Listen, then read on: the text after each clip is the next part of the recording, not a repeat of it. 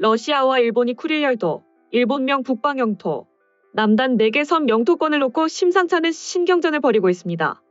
러시아의 우크라이나 침공 이후 일본이 국제사회대로 제재에 적극 나서면서 양국의 갈등이 본격화했다는 해석이 나옵니다. 로이터 통신은 러시아 국영타스 통신을 인용해 유리 보리소프 러시아 부총리가 쿠릴열도 4개 섬에 대해 대대적인 투자를 통해 전면 개발하겠다고 밝혔다고 보도했습니다. 쿠릴열도는 태평양 북서부 캄차카반도와 일본 홋카이도 사이 1300km에 걸쳐 있는 열도로 56개 섬들로 이뤄져 있습니다. 러시아 동부 사할린주에 속해 있는 이 섬들은 태평양과 오호츠크해를 가르는 구분선이기도 합니다. 러시아와 일본이 영토권 분쟁을 벌여온 곳은 쿠릴열도 남단, 이투르프, 후나시르, 시코탄, 하보마이 등 4개 섬으로 일본에선 북방영토 사도라고 부릅니다. 러시아 부총리가 나서 전면 개발을 시사한 것은 우크라이나 사태와 관련 국제사회 경제제재 조치에 적극 동참한 일본을 견제 자극하는 동시에 쿠릴열도 영토 분쟁 지역에 대한 지배력을 강화하기 위한 것으로 보입니다. 지난달 쿠릴열도 인근에서 벌인 대규모 군사훈련과 면세특구 지정 법안 마련에 이은 후속 조치이기도 합니다. 러시아는 지난달 쿠릴열도에서 3,000명 이상 병력과 수백 대 장비를 동원해 군사훈련을 진행했습니다. 특히 쿠릴열도 이투르프 섬에 실전 배치된 지대공 미사일 S-300V포를 시험 발사해 긴장감을 유발했습니다. 이 미사일은 반경 400km 이내에 접근하는 전투기와 미사일을 격추 요격하는 강력한 성능을 가진 대공방어 시스템입니다. 러시아는 또 해군 구축함 호위함 등 군함 열척을 일본 본토 혼슈와 홋카이도 사이 스가루 해협으로 보내기도 했습니다. 또 블라디미르 푸틴 러시아 대통령은 쿠릴열도 4개 섬을 면세특구로 지정하는 법안에 전격 서명했습니다. 이들 4개 섬에서 사업을 하는 외국 기업에 20년간 법인세 등을 면제한다는 것이 주요 내용으로 일본을 견제하려는 조치라는 해석입니다. 러시아가 면세특구를 설치해도 투자할 외국 기업을 찾기 쉽지 않은 상황에서 굳이 법을 바꾼 것은 일본을 향한 메시지라는 것입니다. 일본 정부도 쿠릴열도에 대해 북방사도는 일본 고유의 영토라고 강조하는 등 맞서고 있습니다. 기시다 후미오 일본 총리는 최근 참의원 예산위원회에서 쿠릴열도 남단에 대해 일본 고유 영토라는 표현을 다시 쓰기 시작했습니다. 2022년도 외교청서에는 북방영토는 일본 고유의 영토이지만 현재 러시아가 불법 점거하고 있다는 내용을 포함할 계획입니다. 기시다 총리는 취임 이후 줄곧 아베 신조 전 일본 총리의 북방영토 관련 방침을 계승했지만 러시아의 우크라이나 침공이 현실화하자 입장을 바꾼 것입니다. 지난 2018년 11월 아베 당시 일본 총리와 푸틴 러시아 대통령은 정상회담 후 양국 간 평화조약을 조속히 체결하기로 합의한 바 있습니다. 러시아가 분쟁이 있는 4개 섬 가운데 2개를 일본으로 반환하되 일본은 국회에서 고유 영토라는 표현을 자제하기로 했습니다. 우리가 주권을 가진 섬 등 모호하게 표현하는 등 러시아를 자극하지 않기로 약속한 것입니다. 하지만 우크라이나 사태를 기점으로 러시아와 일본의 긴장감은 더욱 고조될 것으로 보인다고 로이터는 전했습니다. 실제로 러시아 외무부는 일본에 대러 제재 동참에 대한 보복으로 일본과의 평화조약 체결 협상을 중단한다는 입장입니다. 일본과 추진해온 남쿠릴열도 내 공동경제활동도 추진하지 않기로 했습니다. 국제사회는 쿠릴열도를 둘러싼 러시아와 일본의 갈등이 격화될 가능성을 우려하고 있습니다. 1945년 8월 제2차 세계대전 종전 후 1951년 4월 체결된 샌프란시스코 평화조약에 옛 소련이 서명하지 않아 러시아와 일본 간에는 평화조약이 없는 상태입니다. 1956년과 2019년 2개 섬 영토권을 일본에 넘겨주기로 한 협상도 마무리되지 않았습니다.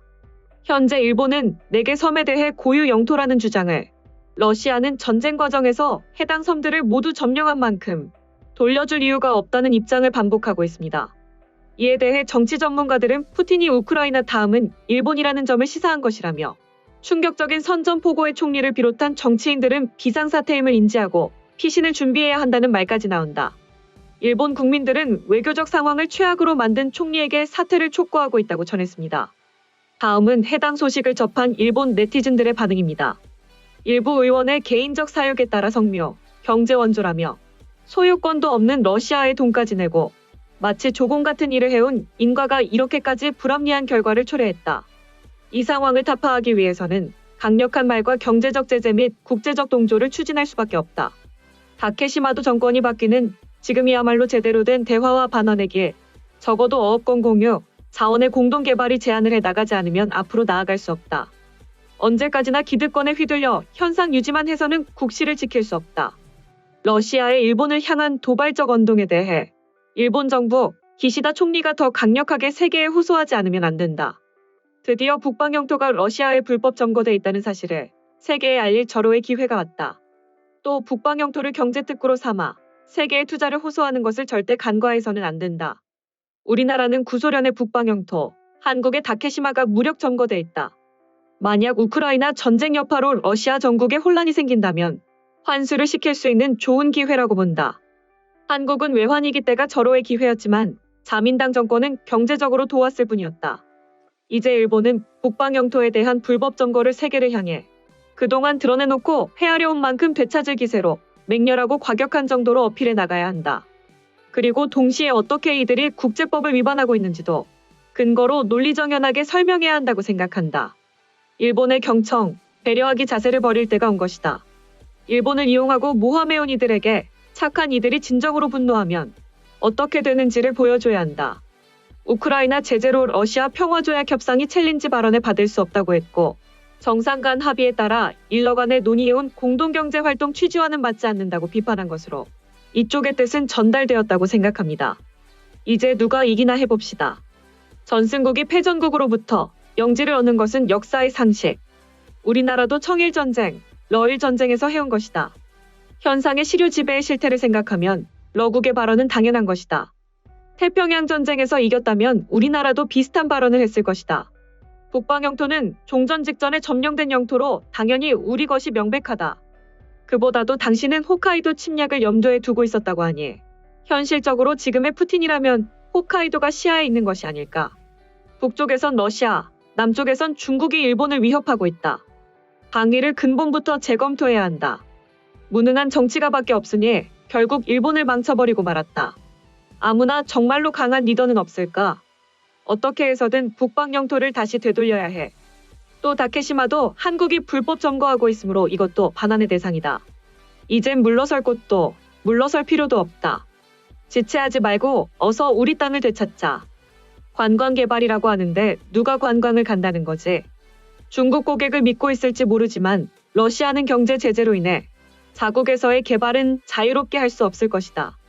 그렇게 되면 중국 자본에 의한 개발을 기대하겠지만 미래가 기대되지 않는 사업에 중국 기업도 투자하지 않을 것이다.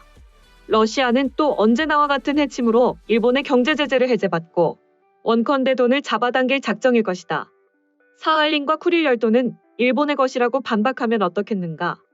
어쨌든 협상에서 반환 등은 기대할 수 없기 때문에 국력을 올리는 것을 어쨌든 생각하고 타이밍을 보고 할양하는 것이라고 생각한다.